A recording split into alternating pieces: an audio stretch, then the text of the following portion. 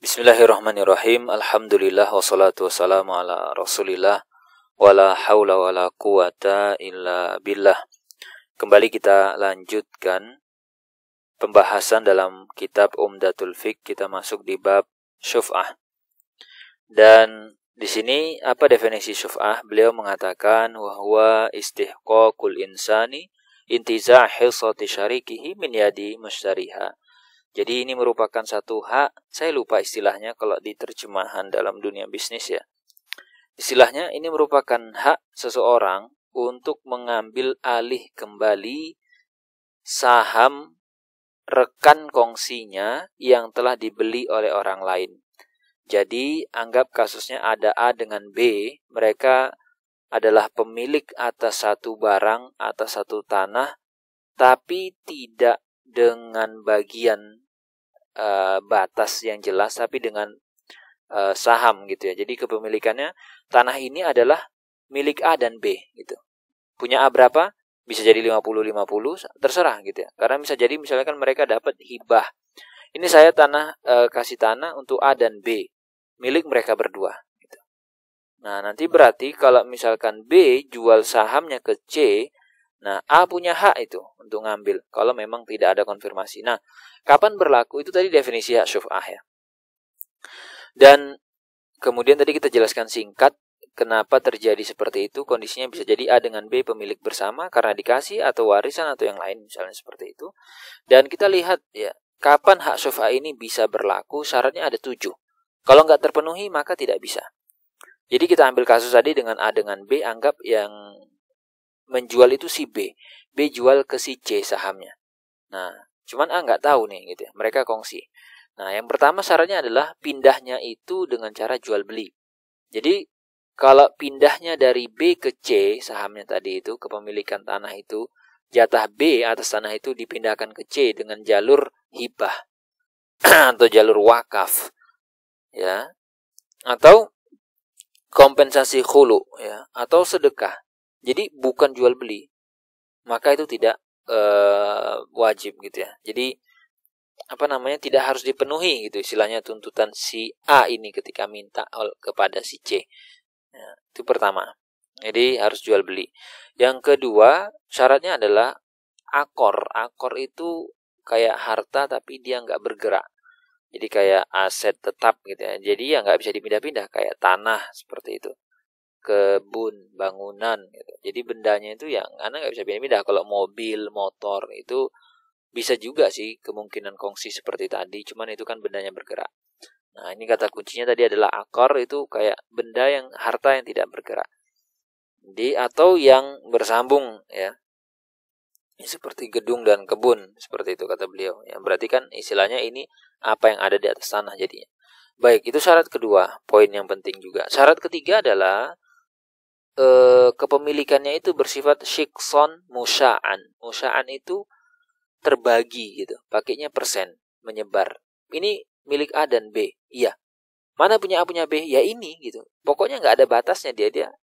Ya ini pokoknya benda tanah sepeta ini punya A dan B. Mana yang bagian A, mana bagian B, nggak ada. 50-50% sahamnya, kepemilikannya, tapi nggak jelas itu. Adapun yang sudah dibagi dengan batas tertentu, patok sudah dipeta, misalkan blok sana punya A, blok sini punya B, itu nggak berhak lagi syuf'ah. A nggak berhak lagi nuntut ke si C kalau B mau jual.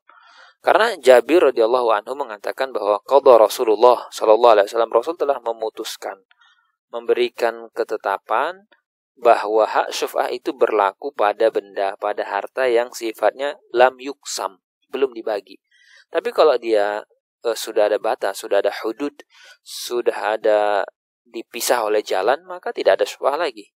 Misalkan sebelah kiri jalan punya A, sebelah kanan jalan punya B, sudah selesai, nggak ada syuf'ah. Syarat keempat bahwa itu masih memungkinkan dipisah, mimayun yanqasim. Fa'amma man la yanqasim fala syuf'ata fihi.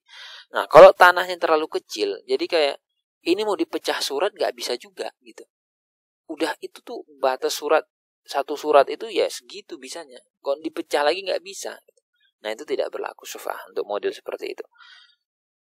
Terus ya itu hanya salah satu saja ya, pecah surat atau alasan lain misalkan yang dia membuat nggak bisa dibagi itu. entah masalah ketetapan pemerintah atau yang lain gitu ya. Terus yang kelima,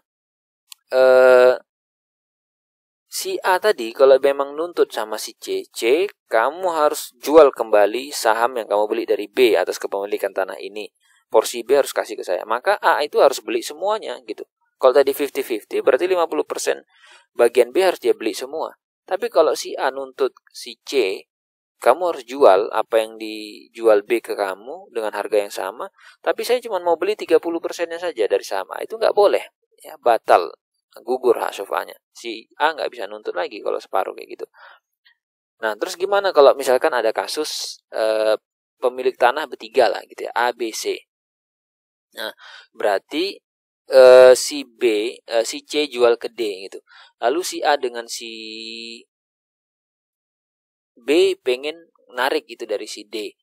Nah, ya sudah, bagian A berapa, bagian B tergantung saham. Kalau misalkan saham A di situ 30%, saham B 20%, saham C tadi yang 50% gitu kan. Berarti A dengan B ini ya bagilah sesuai porsi saham mereka gitu ya. Nah, kemudian kalau mereka tadi nuntut A dengan B nuntut mau minta saham si C agar si D jual ke A dan B. Nah, ternyata yang mau itu cuma si A, si C nggak mau. Ya sudah, saya cukup dengan 20% saja. Maka berarti nanti si A itu harus ngambil bagiannya si C tadi gitu. Berarti 50% saham A tadi saham C yang dijual ke D harus dibeli semua oleh A. Nggak boleh ditinggalkan. Kalau nggak mau ya sudah, jangan nuntut syuf'ah. Itu syaratnya. Yang keenam, ya mungkin untuk bayar uangnya. Jadi katakan kembali ke kasus A dengan B aja ya, biar simple. Itu A ketika nuntut harus bisa bayar full uangnya gitu. Kalau dia nggak mampu atau cuma bisa bayar separuh, setengah, gugur hak syuf'ah dia. Nah, jadi kalau memang nanti nilai itu bisa diganti dengan benda lain yang senilai, maka ya dikasih dengan itu. Kalau enggak ya misalkan si A bilang ke si C gitu ya, C, ini kan tanah yang model gini saya punya di sebelah sana, blok sana. Itu saya bayar pakai yang itu, misalnya begitu. Tapi kalau enggak ya, ini berapa harganya, berapa B jual ke kamu, itu yang saya bayar. Jadi harganya sama seperti harga jual B. Ya. Terus, ini mereka ribut mengenai berapa sih harga jualnya B ke C gitu ya. Ribut, tapi nggak ada bukti nih, nggak ada istilahnya AJB-nya nggak ada misalkan, nggak ada ininya. Maka yang diterima ucapan si C selaku pembeli. Si B ke saya cuma jual 100 juta.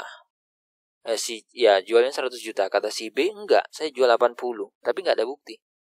Ya sudah, yang diterima ucapan si C selaku pembeli, dan si C harus bersumpah bahwa dia jujur dengan ucapannya. Terus yang penting juga ya, syarat ketujuh itu adalah si A harus nuntut segera. Begitu dia tahu. Karena tadi hak syuf'ah itu kan diberikan ada sama syariat tujuannya supaya nggak ada pihak yang dizolimi, untuk memberikan hak kepada rekan kongsi. Si A kan merasa terzolimi kalau B tiba-tiba jual bagiannya, nggak ngomong kayak gitu. Saya nggak mau kongsi sama si C, kata si A. Saya maunya kongsi sama si B. Ya, kepemilikannya hanya dengan B saya mau gitu. Kan seperti itu. Artinya apa? Dia pasti kalau nggak ridho, kalau dia keberatan, begitu dia tahu saham B dijual ke C, pasti dia langsung nuntut. Makanya itu menjadi syarat. Tapi kalau dia nunda-nunda, ya sudah, batal hak syuf'ahnya, gugur. Kecuali memang nggak mungkin kan untuk menuntut di pengadilan atau apa, nggak bisa bawa kuasa hukum atau yang lain, gara-gara misalkan dia sedang di perjalanan, atau dia lagi di penjara, atau dia sakit parah, atau dia masih anak-anak, misalnya begitu. Masih anak-anak ya berarti hak syuf'ahnya masih ada, berlaku sampai dia kembali dari perjalanan, sampai dia keluar penjara, sampai dia sehat, sampai dia dewasa.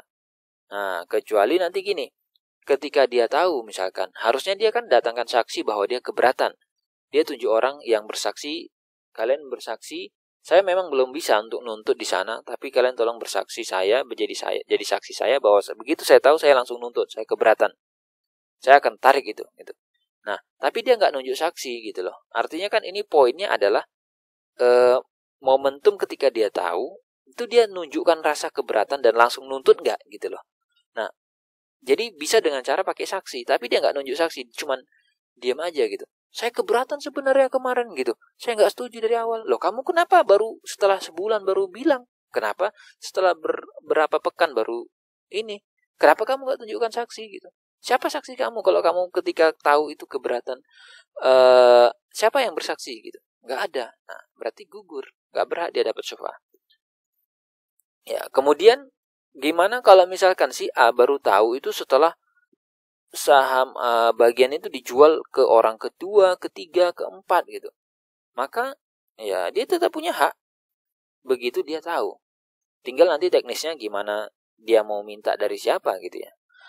Kalau dia mau nuntut sama pembeli pertama, katakan B jual ke C, dia nuntutnya ke C. C, pokoknya kamu harus jual itu ke saya lagi.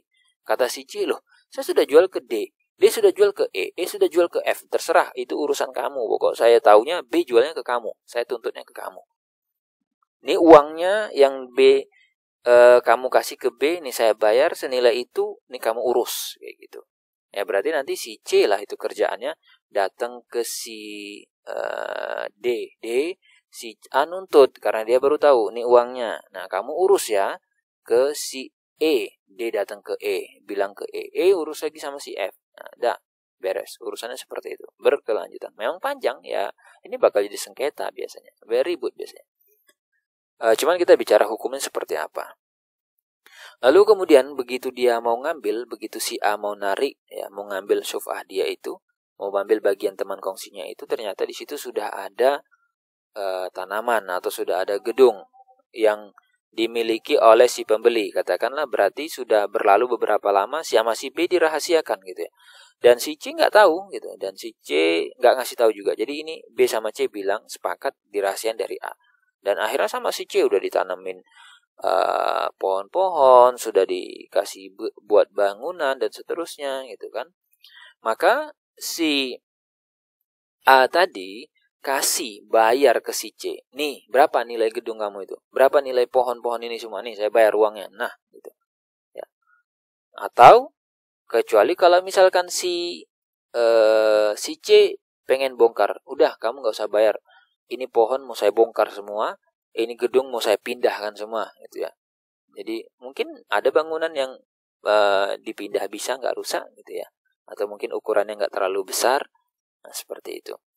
Nah, kemudian kalau di situ ternyata sudah ada tanaman atau pepohonan yang sudah matang gitu ya, sudah mau buah dan itu miliknya si C tadi selaku pembeli dari si B, maka ya sudah, si A harus kasih tenggang. Ya sudah, biarkan saja sampai itu dipanen ya, sampai selesai gitu ya. Dan kemudian untuk titik di sini sampai titik, kemudian kasus yang ditambahkan modelnya, kalau ternyata dari B ke si C, pas jual itu B bilang, C saya jual 50% kepemilikan tanah saya terhadap tanah ini plus pedang. Jadi berarti si B itu jualnya pakai paket lain. Kalau kamu beli ini, ya kamu bisa beli mobil saya. Jadi benda ini sama mobil itu jadi satu paket, jadi satu set, dan itu dijual kepada si C gitu kan. Maka nanti kalau kondisi akadnya seperti itu, maka si A selaku rekan kongsi dari si B itu hanya bisa narik, itu hanya bisa nuntut dari si C itu tanah saja ya, kepemilikan tanah yang memang itu bagian kongsi. Sementara kayak pedang atau benda lain yang terpisah itu kan tidak masuk sebenarnya, dan si A tidak punya hak atas itu. Jadi Fali Syafi'i itu maksudnya adalah si A tadi hanya punya hak untuk apa? Akhdhu syaksi. Akhdhu syaksi, yang ngambil porsi bagian si B yang dijual ke si C. Ya sudah, itu saja yang dia punya hak. Sementara pedang atau yang lain dia tidak ada hak untuk ngambil itu, ya. Jadi seperti itu pembahasan terkait dengan hak syufa'ah ini, dan insyaallah kita akan lanjut nanti di pembahasan tentang wakaf di poin berikutnya insyaallah. Demikian.